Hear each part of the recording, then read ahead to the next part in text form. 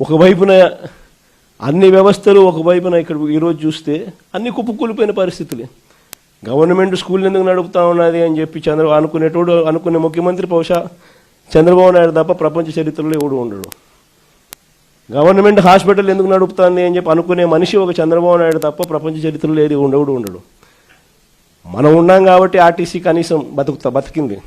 కార్మికులందరినీ గవర్నమెంట్లో విలీనం చేశాం కాబట్టి. మనం విలీనం చేయకపోయింటే చంద్రబాబు నాయుడు గారు కానీ వచ్చిందంటే ఆర్టీసీ కూడా ఈ పాటికి అమ్మేసి ఉంటాడు. మొన్నేదో ఆశ్చర్యకరంగా ఆయన నోట్లో నుంచి విన్న పోలీస్ శాఖను కూడా ప్రైవేటైజ్ చేసే కార్యక్రమం చేస్తున్నాను నేను. అసలు ఏ స్థాయిలోకి వస్తున్నాడు అని అంటే, లా అండ్ ఆర్డర్ అనేది గవర్నమెంట్ ఎందుకు నడుపుతుందంటే దానికి కొన్ని కారణాలు ఉన్నాయి.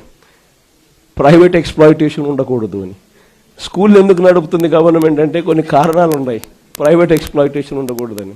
హాస్పిటల్ గవర్నమెంట్ ఎందుకు నడుపుతుందంటే కొన్ని కారణాలు ఉన్నాయి, ప్రైవేట్ ఎక్స్ప్లాయిటేషన్ ఉండకూడదు అని.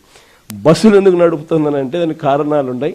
దానికి కారణాలు ఏమిటి అని అంటే పబ్లిక్ ట్రాన్స్పోర్ట్ విషయంగా పేదలు ఎక్స్ప్లాయిట్ కాకూడదు అని చెప్పి.